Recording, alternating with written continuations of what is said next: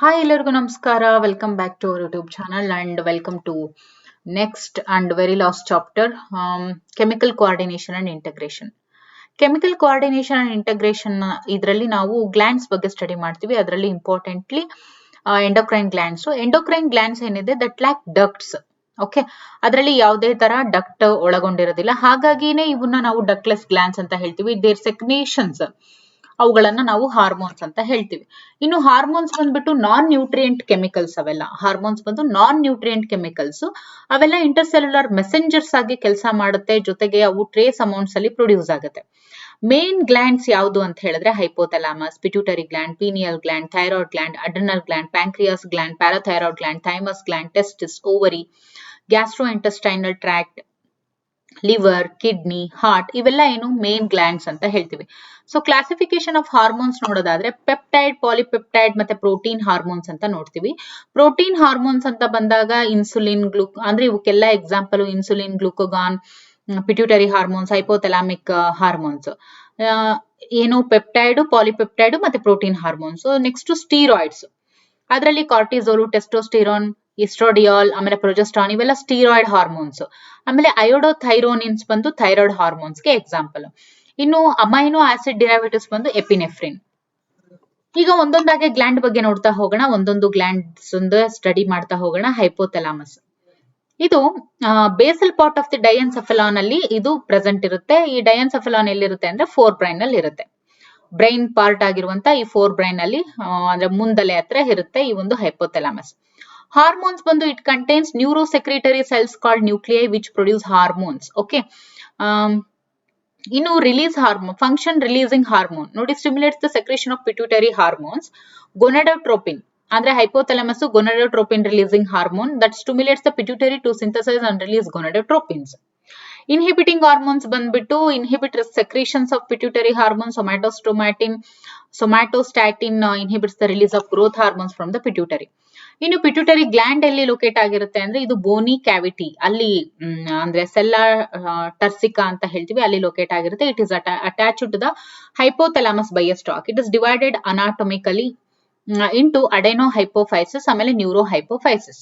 ಇನ್ನು ಅಡೆನೋ ಹೈಪೋಫೈಸಿಸ್ ಅಂತ ಹೇಳಿದ್ರೆ ಇದು ಪಾರ್ಸ್ ಡಿಸ್ಟಲಿಸ್ ಅನ್ನ ಒಳಗೊಂಡಿರುತ್ತೆ, ಆಂಟೀರಿಯರ್ ಪಿಟ್ಯೂಟರಿ ಅಂತ ಹೇಳ್ತೀವಿ, ಮತ್ತೆ ಪಾರ್ಸ್ ಇಂಟರ್ಮೀಡಿಯಾ ಅಂದ್ರೆ ಪಾರ್ಸ್ ಡಿಸ್ಟಲಿಸ್ ಮತ್ತೆ ಪಾರ್ಸ್ ಇಂಟರ್ಮೀಡಿಯಾ ಅಂತ ಹೇಳಿ ಇದ್ರ ಒಳಗೊಂಡಿರುತ್ತೆ.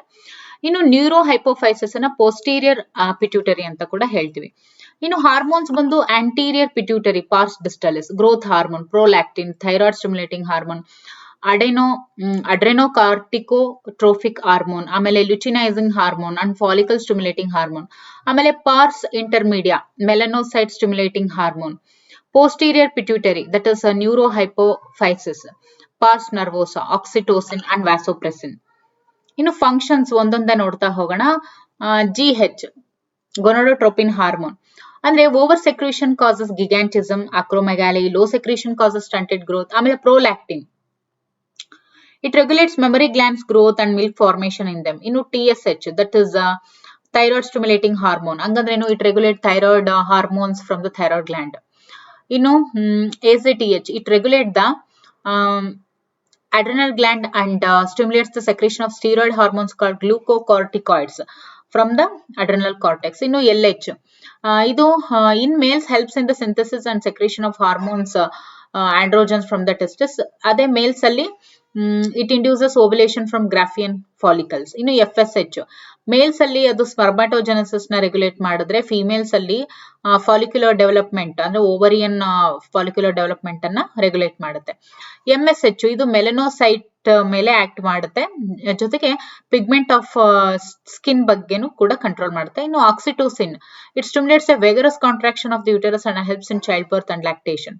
ಇನ್ನು vasopressin that is antidiuretic hormone ಅಂತ ಹೇಳ್ತೀವಿ. It stimulates the resorption of water and electrolytes by the distal tubules and reduces the loss of water through urine. ಇನ್ನು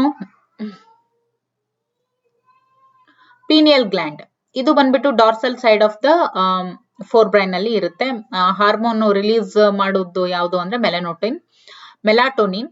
ಆಮೇಲೆ ಫಂಕ್ಷನ್ ಬಂದು regulation of A 24-hour rhythm of our body. It also influences metabolism, pigmentation, menstrual cycle and our defense capability.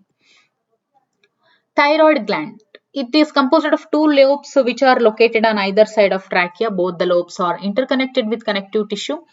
The thyroid gland is composed of follicles and stromal tissues. ಇನ್ನು hormone T4 ಅಂತ ಹೇಳಿದ್ರೆ that is tetraiodothyronine ಅಥವಾ thyroxine and T3 try ಅಯೋಡೋ ಥೈರೋನಿನ್.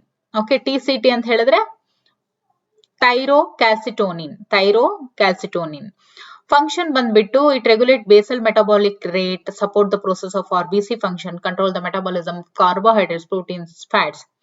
It helps in the maintenance of water and electrolytic balance. ಆಮೇಲೆ thyrocalcitonin regulates blood calcium levels. Iodine is essential for the normal rate of hormone synthesis in the thyroid. The deficiency of iodine results in hypothyroidism ಮತ್ತೆ goiter. Okay, goiter means enlargement of thyroid gland. ಈಗ parathyroid gland, ಇಲ್ಲಿ 4 parathyroid glands are present on the back side of the thyroid gland, one pair each in the two lobes of the thyroid gland. ಇದು hormone ಬಂದು parathyroid hormone release ಮಾಡುತ್ತೆ. ಇದು hypercalcemic hormone ಆಗಿರುತ್ತೆ. It acts on bones and stimulates the process of bone resorption. ಆಮೇಲೆ ಇದು reabsorption of Ca2+ ಗೂ ಕೂಡ stimulate ಮಾಡುತ್ತೆ by the renal tubes and increases Ca2+ absorption from the digested food. Along with TCT, it plays a significant role in calcium balance in the body. ಇನ್ನು thymus, ಇದು ಲೋಬಲ್ structure ಅನ್ನು ಒಳಗೊಂಡಿರುತ್ತೆ. ಇದು lungs ನ ನಡುವೆ ಪ್ರೆಸೆಂಟ್ ಆಗಿರುತ್ತೆ, behind the sternum on the ventral side of the aorta. ಇದು release ಮಾಡುವಂತ ಹಾರ್ಮೋನ್ ಬಂದ್ಬಿಟ್ಟು ಥೈಮೋಸಿನ್ಸ್. ಇನ್ನು ಫಂಕ್ಷನ್ ಬಂದ್ಬಿಟ್ಟು development of the immune system, ಆಮೇಲೆ differentiation of T lymphocytes and B lymphocytes. ಈಗ adrenal gland, one at the anterior part of the each kidney. Okay, that gland is composed of two types of tissues, that is adrenal medulla ಆಮೇಲೆ adrenal cortex. Adrenal cortex can be divided into 3 layers called zona reticularis, zona fasciculata, zona glomerulosa. ಇನ್ನು hormone ಬಂದು adrenal medulla, adrenaline and noradrenaline, and these are commonly called catecholamines. Okay, ಆಮೇಲೆ adrenal cortex, that is corticoids, ಆಮೇಲೆ mineral corticoids. Functions ನೋಡೋದಾದ್ರೆ adrenaline and ನಾರ್ adrenaline R stress hormones ಅಂತ ಹೇಳ್ತೀವಿ. Adrenaline ಮತ್ತೆ ನಾರ್ ಅಡ್ರಿನಲಿನ್ ಇವೆರಡು ಕೂಡ ಸ್ಟ್ರೆಸ್ ಹಾರ್ಮೋನ್ಸ್ ಅಂತ ಹೇಳ್ತೀವಿ. These hormones increases alertness, pupillary dilation, ಆಮೇಲೆ piloerection, that is sweating, increase heart beat and rate of respiration. Also stimulate the breakdown of glycogen, resulting in the increased concentration of glucose in the blood. They also stimulate the breakdown of lipids and proteins. Glucocorticoids, carbohydrate metabolism, stimulate gluconeogenesis, lipolysis and proteolysis, and inhibit cellular uptake and utilization of amino acids. ಇನ್ನು cortisol ಏನಿದೆಯಲ್ಲ, it is involved in maintaining the cardiovascular system as well as kidney functions. And it produces anti-inflammatory reactions and suppresses the immune response. ಆಮೇಲೆ cortisol stimulates the RBC production. Next to mineralocorticoids, regulate the balance of water and electrolytes. Aldosterone acts mainly at the renal tubules and stimulates the reabsorption of Na+ and water and the excretion of K+, phosphate ions. Thus, aldosterone helps in the maintenance of electrolytes, body fluid volume, osmotic pressure and blood pressure. A small amounts of adrenogenic steroids are also secreted by the adrenal cortex, which plays a role in the growth of axial hairs, pubic hair and facial hair during puberty. The underproduction of hormones by the adrenal cortex alters carbohydrate metabolism, causing acute weakness and fatigue, leading to a disease called Addison's disease ಅಂತ ಹೇಳ್ತೀವಿ. ಇನ್ನು pancreas, it is A composite gland ಅಂತ ಹೇಳ್ತೀವಿ. ಇದು exocrine ಮತ್ತೆ endocrine ಆಗಿ ಕೂಡ work ಮಾಡುತ್ತೆ. ಎಂಡೋಕ್ರೈನ್ ಪ್ಯಾಂಕ್ರಿಯಾಸ್ ಆಲ್ಫಾ ಮತ್ತೆ ಬೀಟಾ ಸೆಲ್ಸ್ ಅನ್ನ ಒಳಗೊಂಡಿರುತ್ತೆ. ಅದನ್ನ ನಾವು ಐಸ್ಲೆಟ್ಸ್ ಆಫ್ ಲ್ಯಾಂಗರ್ಹ್ಯಾನ್ಸ್ ಅಂತ ಕರಿತೀವಿ. ಆಲ್ಫಾ ಸೆಲ್ಸ್ ಏನಿರುತ್ತೆ ಅದು ಗ್ಲೂಕೋಗಾನ್ ಅನ್ನ ಸೆಕ್ರೇಟ್ ಮಾಡಿದ್ರೆ, ಬೀಟಾ ಸೆಲ್ಸ್ ಇನ್ಸುಲಿನ್ ಅನ್ನ ಸೆಕ್ರೇಟ್ ಮಾಡುತ್ತೆ. ಇನ್ನು ಗ್ಲೂಕೋಗಾನ್ ಏನಿರುತ್ತೆ ದಟ್ ಸ್ಟಿಮ್ಯುಲೇಟ್ಸ್ ಗ್ಲೈಕೋಜಿನೋಲೈಸಿಸ್, ಓಕೆ, ಅಂಡ್ ಗ್ಲೈಕೋನಿಯೋಜೆನೆಸಿಸ್. ಗ್ಲೈಕೋಜಿನೋಲೈಸಿಸ್ ಅಂತ ಹೇಳಿದ್ರೆ ಗ್ಲೂಕೋಸ್ ಫಾರ್ಮ್ಸ್ ಫ್ರಮ್ ಗ್ಲೈಕೋಜನ್. ಇನ್ನು ಗ್ಲೈಕೋನಿಯೋಜೆನೆಸಿಸ್ ಅಂತ ಹೇಳಿದ್ರೆ formation of glucose from non carbohydrate substrate. So both result in increased blood sugar. It also reduces the cellular glucose uptake and utilisation. ಇನ್ನು insulin ಏನಿರುತ್ತೆ it enhances cellular glucose uptake and utilisation. Prolonged hyperglycaemia leads to diabetes mellitus. ಇನ್ನು testis, location ಬಂದು pair of testis is present in the scrotal sac outside abdomen. ಆಮೇಲೆ hormone ಬಂದು androgens mainly testosterone. ಇನ್ನು function, androgens regulate the development, maturation and functions of the male accessory sex organs, secondary sexual characters and libido. It helps in spermatogenesis, formation of spermatozoa. These hormones produce anabolic effects on protein and carbohydrate metabolism. ಇನ್ನು ovary location ಬಂದು ಅಬ್ಡಮನಲ್ present ಇರುತ್ತೆ. Hormone ಬಂದು oestrogen and progesterone. Estrogen helps in the growth of secondary sex organs, development of growing ovarian follicles, appearance of female secondary sex characters, mammary gland development. Estrogens also regulate female sexual behavior. Progesterone bandu maintains the endometrium lining of the uterus and supports the pregnancy. It also acts on a mammary glands and stimulates the formation of alveoli, that is sac-like structures which store milk and milk secretion. Innu heart, hormone ಬಂದು ಇದು an atrial wall of our heart secretes atrial natriuretic factor. Function ಬಂದು decreases blood pressure by dilation of the blood vessels. ಇನ್ನು kidney, ಇದು juxtaglomerular cells of the kidney produce erythropoietin. Function ಬಂದು erythropoietin stimulates erythropoiesis, that is formation of RBC. ಇನ್ನು gastrointestinal tract, gastrin, secretin, cholecystokinin, ಆಮೇಲೆ cholecystokinin, ಆಮೇಲೆ gastric inhibitory peptide. ಅವ್ರದ್ದು function ನೋಡೋದಾದ್ರೆ gastrin stimulates the secretion of hydrochloric acid and pepsinogen in the stomach. Secretin stimulates the secretion of water and bicarbonate ions from the pancreas. ಇನ್ನು cholecystokinin stimulates the secretion of pancreatic enzymes and bile juice. ಆಮೇಲೆ GIP, that is gastric inhibitory peptide, inhibits gastric secretion and motility. Mechanism of hormone action. Hormone action ಯಾವ ತರ ಇರುತ್ತೆ? Hormones bind to specific proteins, ಅಂದ್ರೆ hormones ಏನಿರುತ್ತೆ ಕೆಲವೊಂದು specific ಪ್ರೋಟೀನ್ಸ್ಗೆ ಅವು attach ಆಗಿರುತ್ತೆ on the target tissues. Okay, and form a hormone receptor complex ಅನ್ನ ಫಾರ್ಮೇಶನ್ ಮಾಡುತ್ತೆ. ಇನ್ನು ಮೆಂಬ್ರೇನ್ ಬೌಂಡ್ ರಿಸೆಪ್ಟರ್ ಅಂತ ಹೇಳಿದ್ರೆ hormone receptors present on the cell membrane ಅನ್ನ ನಾವು ಮೆಂಬ್ರೇನ್ ಬೌಂಡ್ ರಿಸೆಪ್ಟರ್ ಅಂತ ಹೇಳ್ತೀವಿ. ಆಮೇಲೆ intracellular receptor present inside the target cell ಇದ್ರೆ ಅದನ್ನ ನಾವು ಇಂಟ್ರಾ ಸೆಲ್ಯುಲರ್ ರಿಸೆಪ್ಟರ್ ಅಂತ ಹೇಳ್ತೀವಿ. ನ್ಯೂಕ್ಲಿಯರ್ ರಿಸೆಪ್ಟರ್ಸ್ ಅಂತ ಹೇಳಿದ್ರೆ present in the nucleus. Okay, so hormone action ಯಾವ ತರ ಇರುತ್ತೆ? ಹಾರ್ಮೋನ್ಸ್ ಒಂದು ಸ್ಪೆಸಿಫಿಕ್ ಪ್ರೋಟೀನ್ ಗೆ ಬೈಂಡ್ ಆಗುತ್ತೆ ಟಾರ್ಗೆಟ್ ಟಿಶ್ಯೂಸ್ ಅಲ್ಲಿ, ಜೊತೆಗೆ ಅದು ಹಾರ್ಮೋನ್ ರಿಸೆಪ್ಟರ್ ಕಾಂಪ್ಲೆಕ್ಸ್ ಅನ್ನ ಫಾರ್ಮೇಶನ್ ಆಗುತ್ತೆ. So based on there chemical nature hormones can be divided into groups. Hormones that interact with membrane bound receptors normally do not enter the target cell but generate secondary messengers which in turn regulate cellular metabolism. Hormones that interact with the intracellular receptors mostly regulate gene expression ಮತ್ತೆ chromosome function. So ಈಗ important questions ಅನ್ನ ನೋಡ್ತಾ ಹೋಗೋಣ. Endocrine part among the gastrointestinal tract, spleen, liver, duodenum is gastrointestinal tract ಮತ್ತೆ liver. Where does the pituitary gland precisely located in the skull of human? That is sella turcica. LH and FSH hormones gonadotropins ಅಂತ ಯಾಕೆ ಕರೀತಾರೆ ಅಂತ ಹೇಳಿದ್ರೆ ಅವು gonadal activityಯನ್ನು stimulate ಮಾಡುತ್ತೆ, ಅದಕ್ಕೋಸ್ಕರ.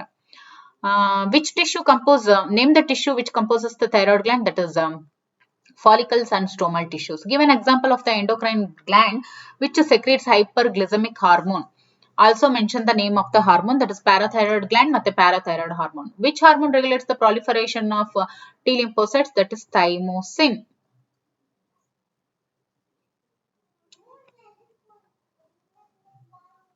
Give one example of mineralocorticoid in our body. Specify their function.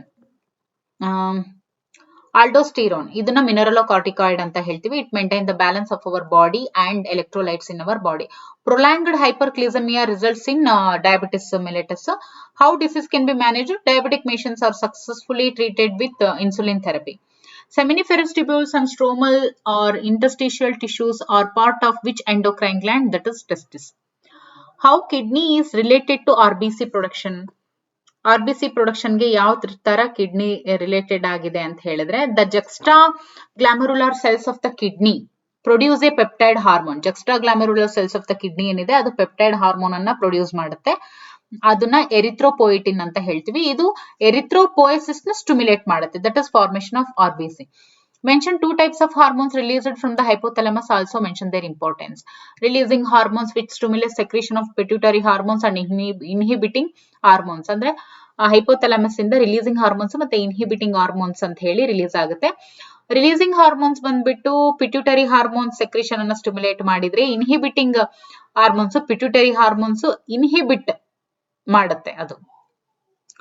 4 pituitary hormones ಬಗ್ಗೆ ಹೇಳಿ. That is growth hormone, prolactin, thyroid stimulating hormone, ಆಮೇಲೆ adrenocorticotropic hormone. A person is suffering from hypothyroidism disease. Write its cause and effects on a diseased person. Deficiency of iodine in our diet results in hypothyroidism. So hypothyroidism during pregnancy causes defective development and maturation of the growing baby, leading to stunted growth. So mental retardation, low intelligence quotient, ಆಮೇಲೆ abnormal skin ಮತ್ತೆ deaf mutism. From which gland is catecholamines hormone release ಅಂತ ಹೇಳಿದ್ರೆ ಅದು adrenal gland. It stimulates the breakdown of glycogen, resulting in an increased concentration of glucose in the body. 4 hormones secreted by GI tract, that is gastrin, secretin, cholecystokinin, ಆಮೇಲೆ gastric inhibitory peptide. What are the two main types of cells located in the isolate of Langerhans? That is alpha cells and beta cells. Alpha secrete glucagon and beta secrete insulin.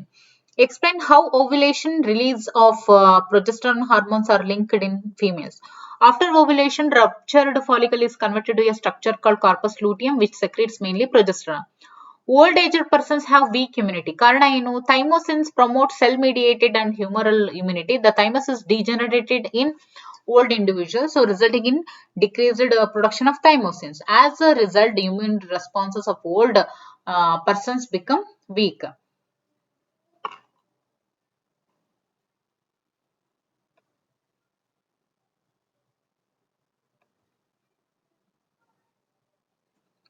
Explain the endocrine nature of the heart. Atrial wall of our heart secretes a peptide hormone, atrial natriuretic factor. Atrial natriuretic factor decreases blood pressure. When blood pressure ಯಾವಾಗ increase ಆಗುತ್ತೆ? When blood pressure is increased, natriuretic factor is secreted, which causes dilation of the blood vessels. This reduces blood pressure. Which hormone is secreted by the pineal gland? Mention any 3 roles of that hormone. Pineal gland secretes melatonin hormone. It helps in the regulation of a 24-hour diurnal rhythm of our body. It also influences metabolism, pigmentation, and menstrual cycle.